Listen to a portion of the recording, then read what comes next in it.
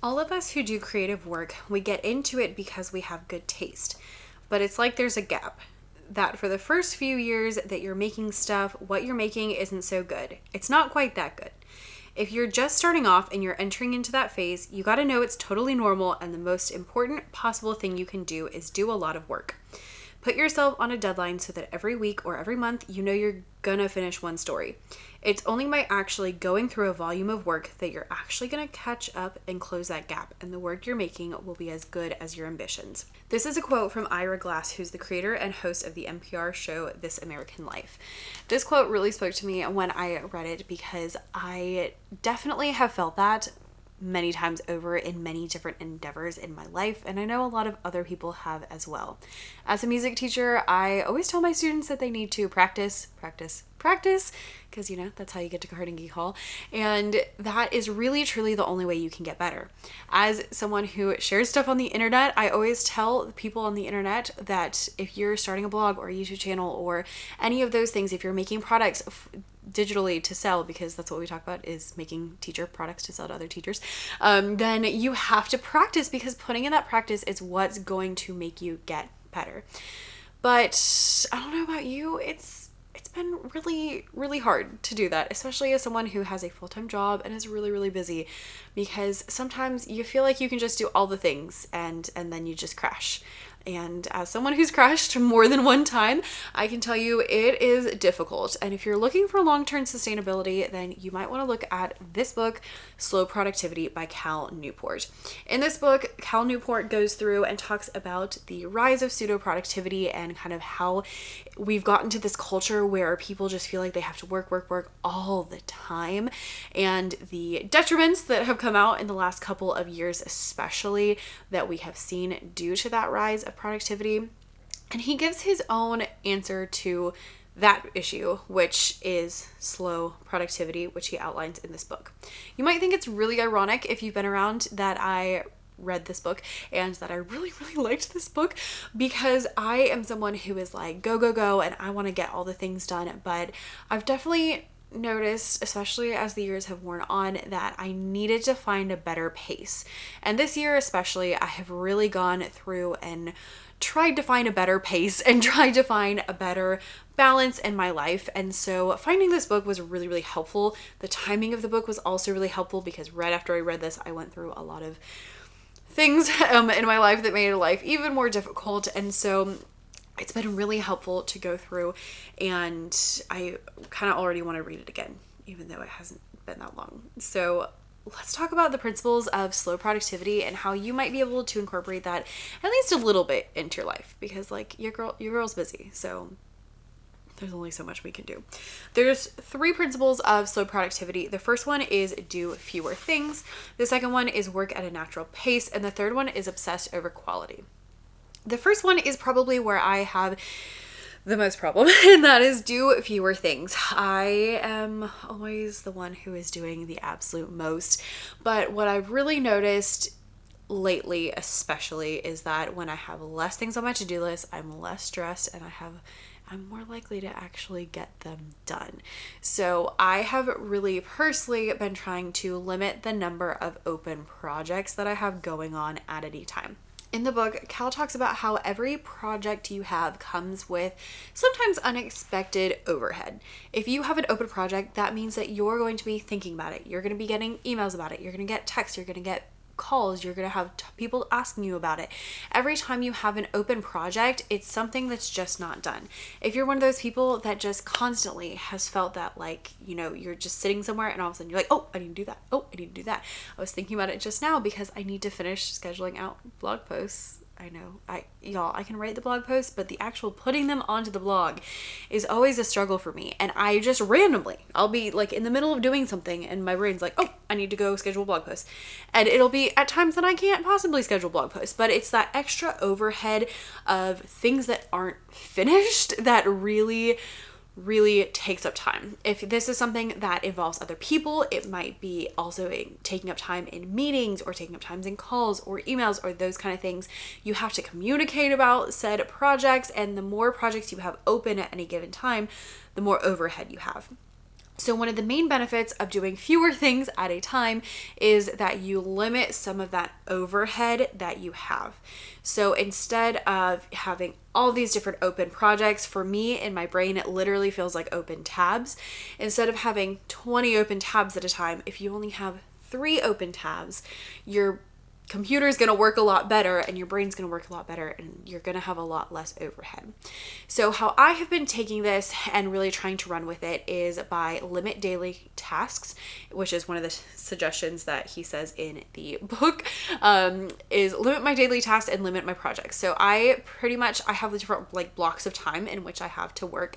And so I only have one task for each of those times. So I have kind of like morning, I have afternoon, and then I have like evening, which is like after dinner. Basically, afternoon is like before dinner, evening is like after dinner.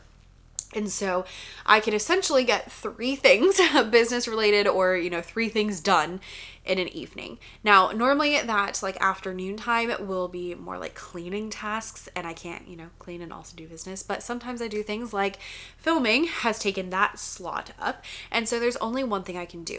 This is really hard for me as someone who has my hands in a lot of different fires. That's not how that goes. Has a lot of my hands in a lot of different pots I don't know, whatever that expression is. I have a lot going on, and so it's really hard for me to limit the amount of things that I do on a daily basis. But I have found that if I do that, it makes life a lot easier. Another thing I've been doing is limiting the amount of open projects. So instead of like, oh, let me do all of these projects, actually trying to finish a project before I start a new one.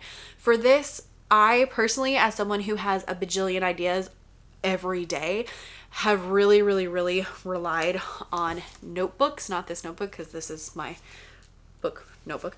But I have relied a lot on notebooks because one thing that I have found about myself is that I don't want to forget about something, and I, get excited about a new project and I just want to get started in doing it, but then I don't finish things. And so I need to, and then I'm like overwhelmed because I have so many things going on, but it's all my own fault. So what I need to do instead, and what I've been finding, is if I can keep really good lists of all those really good ideas, then I can make them happen. And I just don't have to make them all happen right now.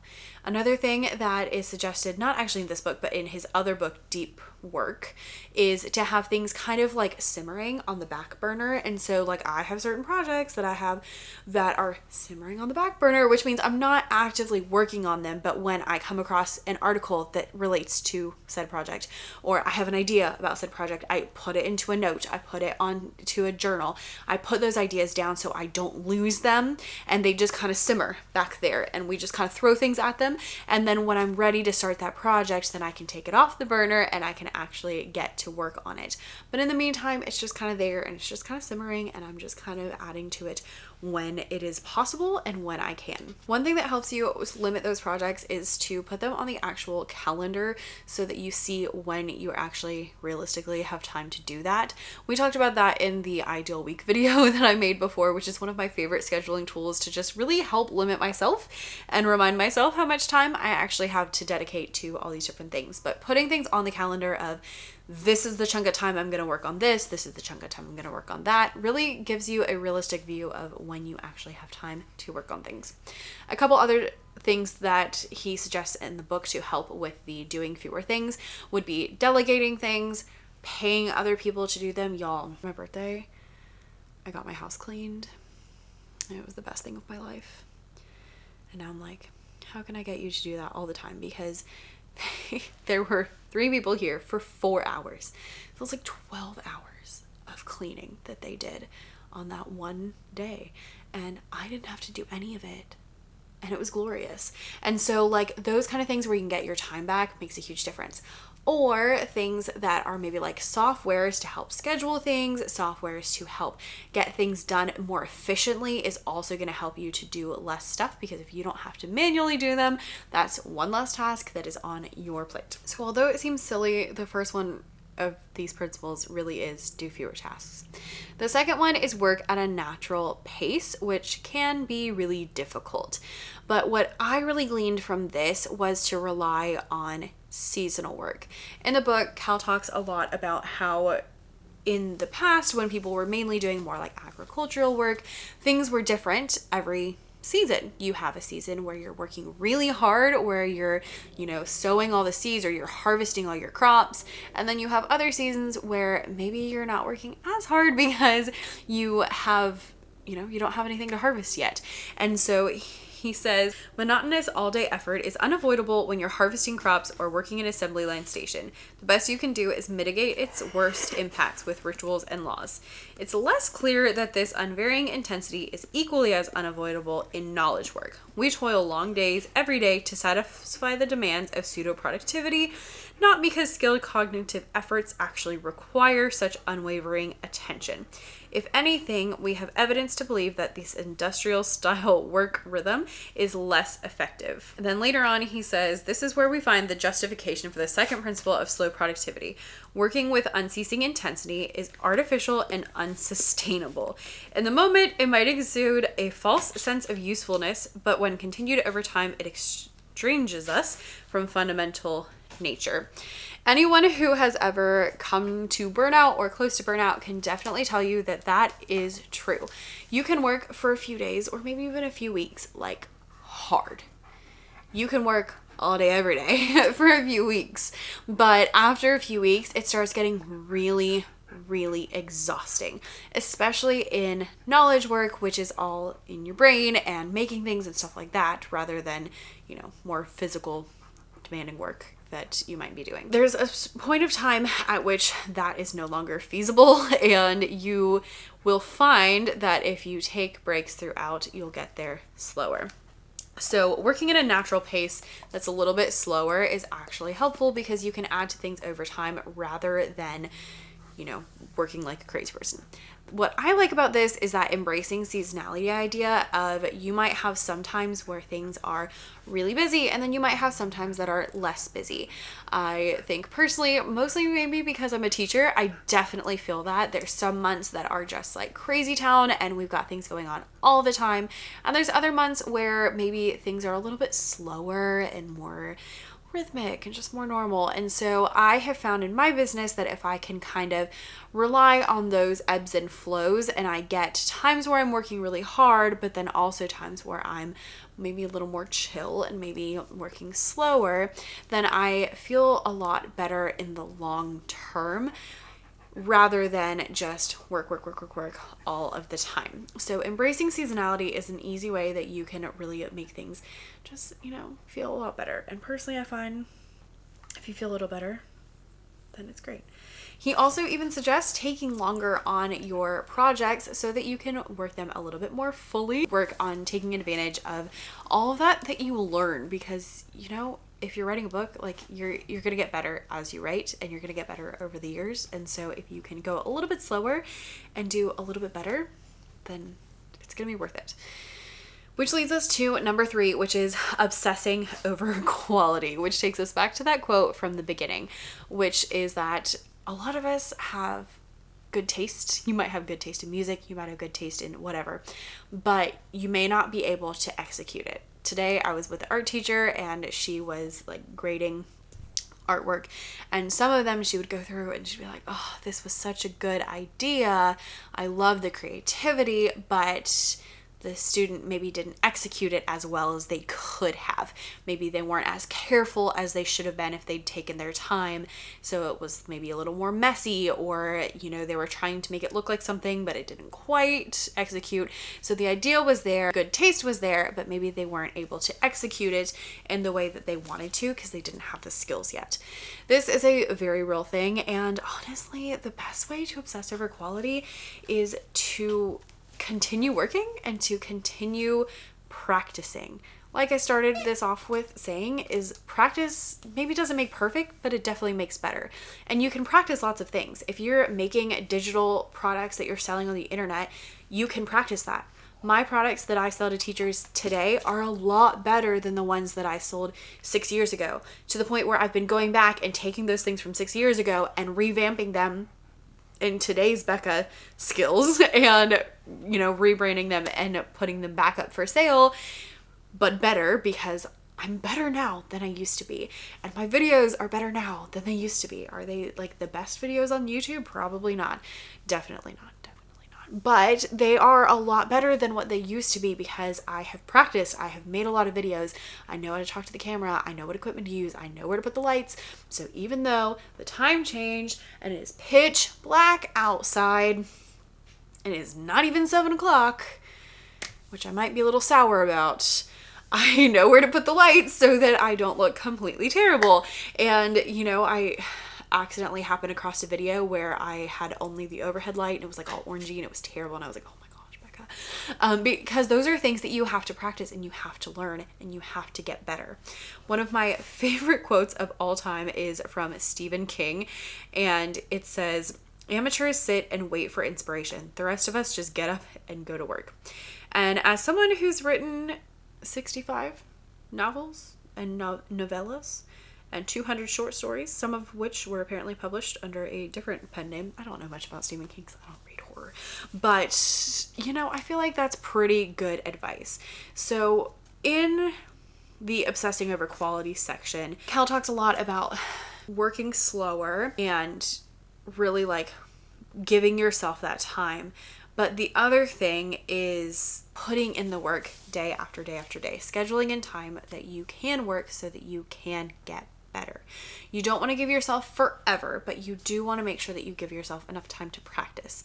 There was a really famous study that, of course, I didn't put in my notes, so I don't have any references for this, but I have seen it in multiple different books. And in it, basically, they had 2 classes of pottery, and one class was told, you're going to have one thing that you're going to be graded on, like your best, absolute best pot that you make in your pottery class. That's what you're graded on. And so the students spent the whole semester trying to work on that one pot.